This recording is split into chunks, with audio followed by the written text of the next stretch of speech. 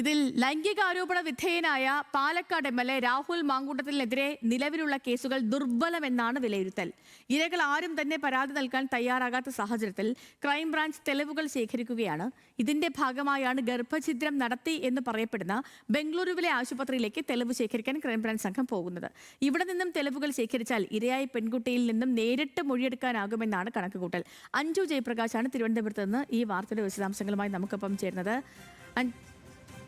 Anju, good morning.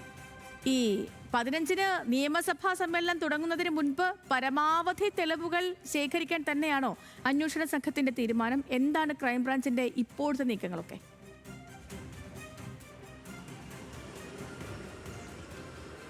Sethu, നമുക്കറിയുന്നത് പോലെ നടി റിനയുടെ വെളിപ്പെടുത്തൽ, ഒപ്പം തന്നെ ഗർഭചിത്രം നടത്തി എന്ന് പറയുന്ന ശബ്ദരേഖ മാധ്യമങ്ങളുടെ പുറത്തു വന്ന സാഹചര്യം, ഇതൊക്കെ കണക്കിലെടുത്ത് ബാലാവകാശ കമ്മീഷനും ഒപ്പം തന്നെ ഈ പോലീസിനും ഉൾപ്പെടെ ലഭിച്ചിട്ടുള്ള പരാതികളുടെ അടിസ്ഥാനത്തിലാണ് ക്രൈംബ്രാഞ്ച് കേസ് എടുക്കുന്നത്.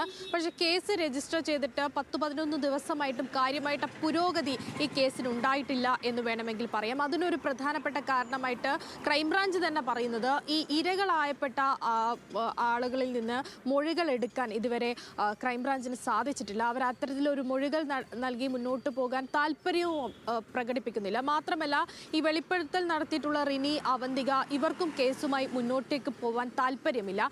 ആ ഘട്ടത്തിൽ വരുമ്പോൾ മൂന്നാം കക്ഷികളായിട്ടുള്ള ആളുകളിൽ നിന്ന് മൊഴികൾ രേഖപ്പെടുത്തി കേസുമായി മുന്നോട്ടേക്ക് പോയിക്കൊണ്ടിരിക്കുകയാണ്. അതിൽ പ്രധാനമായിട്ട് ചില തെളിവുകൾ കോടതിയിലേക്ക് എത്തുമ്പോൾ ചില തെളിവുകൾ ആവശ്യമായി വരും. അത് ശേഖരിക്കാനാണ് കഴിഞ്ഞ ദിവസം ഈ ഗർഭചിത്രം നടത്തി എന്ന് പറയുന്ന ബാംഗ്ലൂരുവിലെ ആശുപത്രിയിലേക്ക് അന്വേഷണ സംഘം പോയി. അവിടെ നിന്ന് കൂടുതൽ തെളിവുകൾ ശേഖരിച്ച് അതിനുശേഷം ഇത്തരത്തിൽ ഈ ഗർഭചിത്രം നടത്തിയിട്ടുള്ള ഈ ഇരകളായപ്പെട്ടിട്ടുള്ള ആളുകളുടെയൊക്കെ മൊഴികളിലേക്ക് കടക്കാം എന്ന് ക്രൈംബ്രാഞ്ചിന് അന്വേഷണ സംഘം ഒരു നീക്കം നടത്തുന്നത്.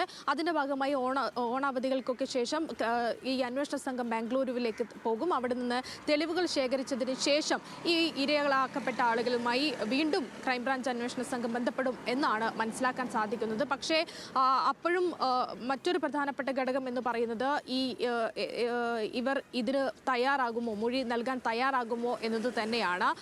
അല്ലാത്ത ഘട്ടം വരികയാണെങ്കിൽ മൂന്നാം സാക്ഷികളായിട്ടുള്ള ആളുകളിൽ നിന്ന് വിവരങ്ങൾ ശേഖരിച്ച് അത്തരത്തിലൊരു റിപ്പോർട്ട് ക്രൈംബ്രാഞ്ചിന് സമർപ്പിക്കേണ്ടി വരും. അത് എത്രത്തോളം ദുർബലമാണെന്ന് നമുക്ക് മനസ്സിലാക്കാനും സാധിക്കും. കോടതിയിലെത്തുമ്പോൾ അത് ഏത് തരത്തിൽ പോലീസിനെയും കൂടി ബാധിക്കും എന്നതും കൂടി ഉൾക്കൊള്ളാവുന്നതാണ്. ഈ ഘട്ടത്തിൽ മാത്രമല്ല, ഈ നിലവിൽ നിയമസഭാ സമ്മേളനമൊക്കെ അടുത്തു വരുന്ന ഘട്ടം കൂടിയാണ്.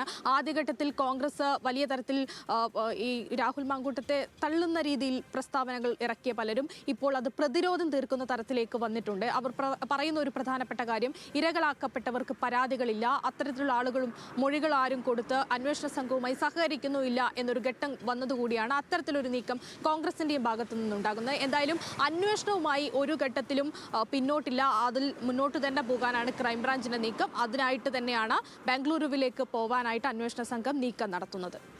ഓക്കെ അഞ്ജു, ശരി. അപ്പോൾ അഞ്ജു ജയപ്രകാശാണ് വിവരങ്ങൾ നൽകിയത്. തിരുവനന്തപുരത്ത് നിന്ന് രാഹുൽ മാങ്കൂട്ടത്തിലുമായി ബന്ധപ്പെട്ടുള്ള വിഷയത്തിൽ ക്രൈംബ്രാഞ്ച് കൂടുതൽ തെളിവ് ശേഖരിക്കാനായി നീക്കം നടത്തുന്നു.